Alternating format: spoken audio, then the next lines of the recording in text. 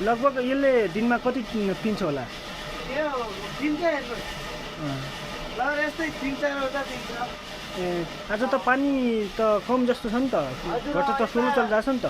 खेतबारीमा लिएछन् नि अब हेर्नु जेन्नाटा हेर्नाटा बनाउनु लाग्यो भन्नुहोस्। हजुर त्यो भएर उता लग्यो हुन्न, पानी आज कमै छ त्यो भएर अलिक कमै घुमिरहेको छ नि यो भन्दा पनि। ए हजुर के गर्ने त्यो घट्ट नि कसको हो नि? यो घट्ट हजुर यो घट्ट कसको हो नि? त्यो छन् हाम्रो अब एउटा रेखेका 2-4 रेखेका छन्, एउटा हाम्रो तल्लो गाउँका पनि छन्, 4-5 जना हो ल अब। हजुर के गर्ने सायद उनीहरूले दिनमा कति मानाहरू धुलो कमाउँदो होला? कमाउन भयो भनेपछि जति अब घट्टले जति तान्न सक्यो त्यति नै हो। अब कहिले हुन्छ त्यही नाली 3 बजी 4 बजीसम्म पनि हुन्छ होला। त्यसो भए आज त एक्लै छु हेर्नुहोस्, अब एक्लैले पिसिआएको कतिसम्म हुने अब थाहै भएन। ए तपाईँको विचार त्यो घट्टा बनाउने मान्छेलाई कति मानासम्म दिने विचार छ? त्यस्तै दिउँ न अब 2-4 महिना क्या छ र। अब उसको पनि मेहनत भयो भन्नु छैन। हजुर हजुर अब उसको मेहनत त दिनु पर्यो भन्नु। अब त्यति बनिया छैन। ए मिहिनेत त धेरै लाग्छ यसरी। हजुर मिहिनेत त धेरै हुन्छ। 81 डिग्री हाल्छ। हजुर हजुर अब बिग्रेको बेला अब बनाउनै पर्यो भन्नु। हजुर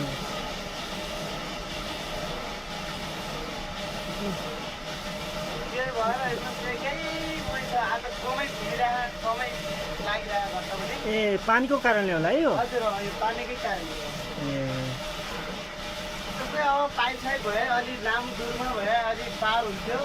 त्यसो भए तपाईँको यो चाहिँ यो रिक्साको नेताहरूले हरेक कुराहरू यो जनताले पनि हेरेको छैन, नेताले पनि हेरेको छैन है घट्टोको लागि। धेरै सोलो छ नि त है, पाइप किन्नुपर्छ, हरेक कुराहरू बजेट पनि हालेको छैन है? हजुर नै त्यस्तो बजेट सजेट अहिलेसम्म केही छैन भन्नुहोस्। अब नरालो भइदियो, अब कोकी भइदियो हुन्थ्यो, अब राम्रोसँग आउँथ्यो भन्नुहोस्। ए पक्की बनाउने पहल गरेका छन् कि छैनन्? छैन होला हेर्नुहोस्, गरे पनि कहाँ आउँदैन भए पनि बजार आउँदैन। बजेट आए पनि खाइहाल्छन् है? बजार आयो भने खाइहाल्छन्। नेताहरूको कामै त्यस्तो छ। ए अहिलेको जेन्जी सरकारले कति परिवर्तन गरेको छ तपाईँले अनुमान? अब ठिकै जस्तो लागिरहेछ बालन सरकारको है। हजुर हजुर अब कस्तो हुन्छ, अब भर्खरै सुरु भएको, अब हेरौँ 2 वर्षसम्म कस्तो हुन्छ। हजुर हजुर त्यहाँपछि बल्ल खासको डिमान्ड आउनु पर्यो। हामी त जेन्जी सरकारको मान्छे हो नि त होइन? अब जेन्जी सरकारले के गर्छ हामी पर्खिरहेको छौँ है? हजुर अब त्यसकै आशामा छौँ भन्नु पर्यो। अब पहिलाका बुढापाकाहरूले अब त्यस्तै गरे भन्नु। हजुर हजुर अब अहिले चाहिँ नयाँ जेन्जी उठिरहेछन्, अब के कस्तो बनाउँछन् त्यसलाई हेरौँ। ए त्यसो भए घट्टोको लागि पनि पहल गराउनु पर्यो नि त त्यसको लागि होइन? हुँदैसम्म अब पहल गर्नुपर्छ। अब त्यो सर गराउने यताउति। हाम्रो दलितबाट एउटा घट्ट चाहिँ हामीलाई बनाइदिनुहोस्, हामी चाहिँ अब यो चाहिँ हामी अब घट्ट पिनेर खान्छौँ, हाम्रो केही जग्गाहरू पनि छैन, केही पनि छैन, सुकुम्बासी हौँ भनेर भन्नु पऱ्यो नि त होइन? भन्नुपर्ने त हो। खास चाहिँ अब अहिलेसम्म केही त भने आएनन्। गाउँका जनताहरू पनि त्यस्तै भन्दैछ। अब नेताहरूको कुरै नगरौँ।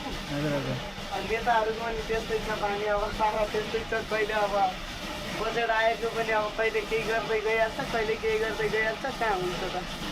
जनताहरू अहिले धेरै मासुवादमा बिक्छन् है? हजुर एकदम हेर्नुहोस्, मासुवाद देख्यो त रक्सी पाए भइहाल्यो जनताहरूलाई। ए अहिले त बालन सरकारले त्यस्तो मासुवादमा नबिक्ने स्वतन्त्र रूपमा भोट हाल्ने भनेर भनिरहेको छ है? भनि त रहेछ। अब यस्तै हो गाउँका, अब त्यस्तै हो। सहरको त्यस्तै हो नि, गाउँका पनि त्यस्तै त भन्नुहोस्। अब थोरेस्तीमा रक्सी खाएँ, यताउति गरेँ, अब ल म तेरै हुँ भन्ने भइहाल्छ। ए हजुर यो धुलो लिएपछि कति दिन पुग्ला त? हजुर परिवार त धेरै छन्, कति दिन पुग्ला त यो धुलो लिएपछि? त्यो हुन्छ होला 4-5 दिन ल चल्छ होला। परिवार त धेरै छौँ है? हजुर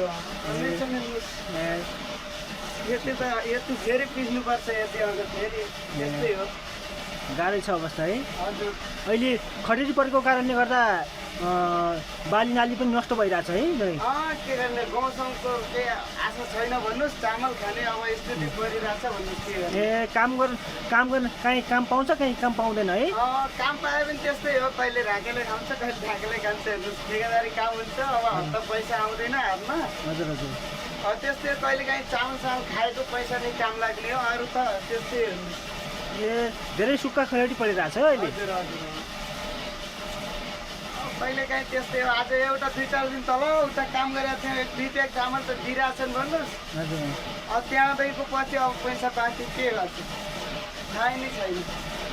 त्यो भएर नेपालमा काम गर्न झ्याउतिर त लागिरहेछ हेर्नुहोस्। कामको लागि भारतमा सजिलो कि नेपालमा सजिलो?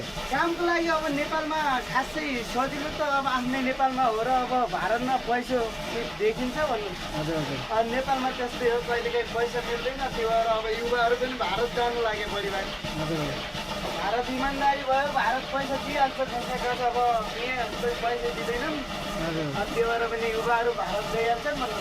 हजुर अब मै गइहाल्नेछु अब 2-4 दिनपछि के गर्ने। अब नेपाल सरकारलाई अब त्यस्तै छ।